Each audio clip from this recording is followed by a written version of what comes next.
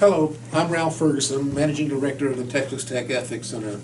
Today I am visiting with Darrell Bateman from the Texas Tech University Technology Group to discuss best practices with the use of our e-devices. This includes laptops, iPads, and cell phones, those type of devices.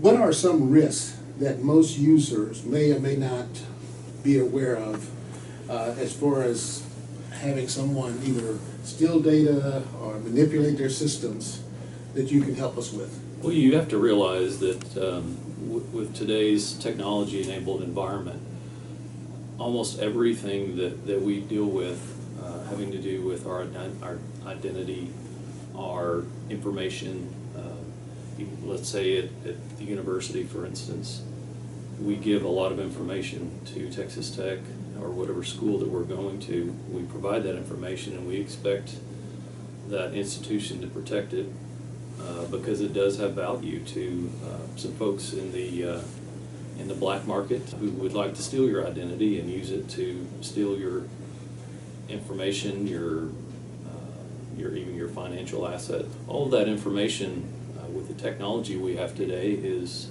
floating about in the internet, and so you want to make sure that you know where it is, who's protecting it, and when you have it on a device of yours, are you doing everything that you can to protect it from some folks out there who would love to have it and use it against you. Are university environments fertile ground for hackers? I mean, not just Texas Tech, but any institution that is a public institution. Universities are a little bit more susceptible because the environment is open. We're an academic institution. We're all about learning and research. Our networks are somewhat more open than what you might find in a corporate environment, or certainly in a military environment, or a highly regulated government, healthcare, those sorts of things. So universities do have some challenges in that respect. Is there something that a student can do or a staff person can do that will reduce risk of someone penetrating the university's IT systems? The folks that work here in technology for the university are staff. We have a dedicated security staff, and those that handle the data for the university do a very good job of keeping that safe and protected. What others have to realize is that there are staff members who have to have access to data to do their job, and so they have certain responsibilities to protect that data to the extent that they have it while they're processing it. Whereas if it's running reports or sending emails, things like that, they just have to be aware of all of the safe computing practices that we preach and follow all the time. I think the bigger concern for a student or even a staff member is their own personal data, because you're likely to have that on your laptop, your personal smartphone, certainly your home computer if you do any sort of internet banking or filing of your taxes. If you do any of that stuff online, there is a risk of that data somehow getting exposed. The good news is you can do a lot of things to protect that. If you're smart and wise and follow the best practices, you should be pretty safe.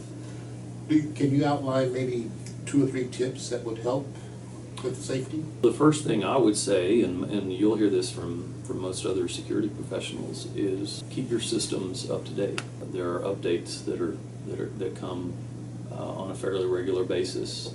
You should install those updates as soon as they become available. Most of the time they have something to do with security. So a vulnerability in their previous release of the software has been discovered, and the bad guys know about it and they know how to exploit it. But the sooner you can get those vulnerabilities resolved, the safer you'll be. The second thing is just to be smart about how you use your device and to be aware of the information that you may be giving away. With a very safely protected computer or device, the bad guys really have to resort to you giving them information voluntarily, and so they're going to trick you into giving out your password or your confidential information, whether it's through a phishing email or some type of even phone call, pretending to be someone official and say, hey, we've got this problem and give us this information and then we'll fix it for you. Be very careful about the websites that you visit. most websites are going to be pretty safe, but there are a number of websites themselves that can be compromised or set up just for the specific purpose of trying to lure in users and steal their information. Is there any way for the end user to recognize that they may be in a website that is trying to capture information or password? Is there anything that you can see on a website or know about a website that when you approach it, you know you need to move away from it very quickly? Not necessarily. I mean, most of your sites that you're starting off of, you may go to Google or Bing or Yahoo, something like that, to do a search. Okay. And you'll enter some search terms and you'll get some results. Most of the search engines are doing a good job of trying to weed out sites that they know are malicious. That's not to say that you won't come across one. Clicking on ads is sometimes problematic because the owner of a website doesn't necessarily control the content of an ad that's on that website. Okay. So clicking on those ads can sometimes get you into trouble. But then again, if your computer's up to date and you're running antivirus software and following all the other best practices that we preach, then you should be safe from most of those sorts of attacks. The attackers are looking for the easiest way to get into your system, and the easiest way is to exploit well-known vulnerabilities that haven't been corrected. One of the things that, one of the questions that was brought to me was, is it prudent to rest your cell phone, on a flat surface with the screen down or up, that it makes a difference whether or not information or it can be made vulnerable? I've not heard that one, but I will say that shoulder surfing is something that we've known about for a long time. So let's say you've got your cell phone and somebody's up, walking, looking over your shoulder behind you. Maybe you're typing in some information that's personal or private to you. That could be visible to someone else. So I guess by that token, if you leave it sitting on the desk, then somebody You're walking exposed. by could be looking at it. So Shoulder surfing. Yeah, that shoulder surfing is something that may be a little bit less of a problem nowadays because the screens are so much smaller than they used to be. But when we look at use of home computers and office devices, what would you say is the best safety practice in operating those systems and working from your home? One of the benefits of the IT infrastructure that we have here at the university is we have a lot of protections on the network itself. So our internet border has a lot of filters and security devices that block a lot of potential attacks to the entire network.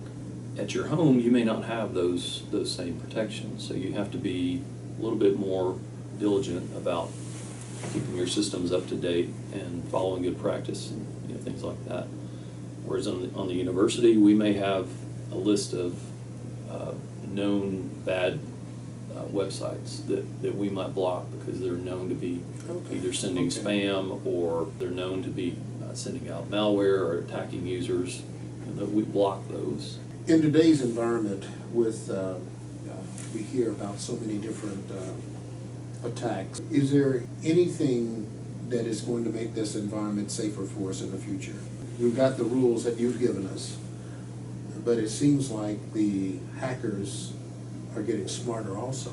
Is there anything on the design side that looks like in the future that our cell phones and laptops and other devices that we use, that we will have a greater reliability of safety?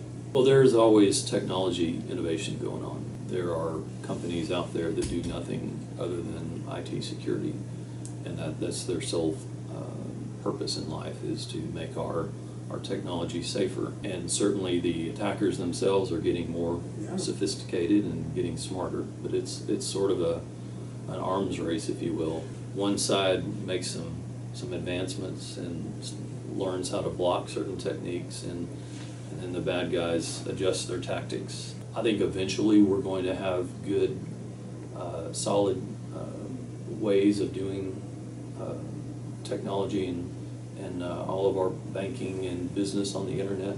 I think we do today. But we've just got to keep up. Really, the biggest exposure is the user, him or herself, doing something that's not very smart, giving away information. We talk about setting strong passwords, and we require that here at Texas Tech. But if you give that password away to someone, it's, most of the other protections that we have are of limited use. If you're going to give your credentials away, then there's not a whole lot more that we can do to keep you from getting exposed. It appears that we have multiple tiers of passwords, and so that means that sometimes people may save passwords, multiple tiers of passwords on their laptop or on their machines or on their devices. Do you eventually see us being able to manage with one password or some type of thumbprint or something that's unique, so that we don't have all these passwords hanging out there that we can't remember, so we're going to record them? There's a trend moving toward what we call multi-factor authentication. Your password, for instance, is one factor in the authentication process. The authentication process being, who am I, and can I prove that I am who I say I am? A password is one way of doing that. If you know the password, then you should be able to be granted access, and we have some assurance that you are the account holder of that account. Now, if we add in a second factor, such as a thumbprint or a smart card of some kind, where you have to swipe it or enter another code that's randomly generated, that's a second factor. So now you've made the whole process a lot safer. Not only do you have to know the password, but then you have to be in possession of a certain device, or you have to do an eye scan or a thumbprint scan or something along that line. Some of the primary services out there today are offering that as a means of authenticating, and when that's available, you certainly should take advantage of it, particularly so if it's with your bank. If you do internet banking today, you're probably already using that. Yes. When you try to access your bank account from some place where you've never logged in before, Exactly. it comes back and says, hey, we need to verify who you are. We just sent you a code to your cell phone. Please enter that code. And then once you enter that code, that's a second factor of authentication, and then you can proceed and get in. That's something that you'll see more and more as you're accessing sites on the internet.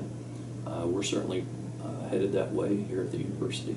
Are there any other thoughts or ideas about safety for electronic devices that you like to add? Be smart about the technology that we're all walking around with in our pockets and in our backpacks. There are a lot of folks out there, bad folks, who would like to get that information. I was just reading an article the other day talking about the difference in price between your credit card number and your personal health records.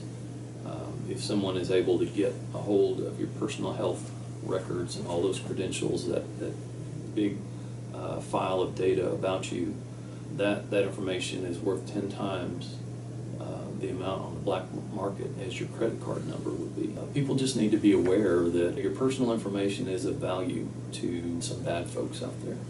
Thank you.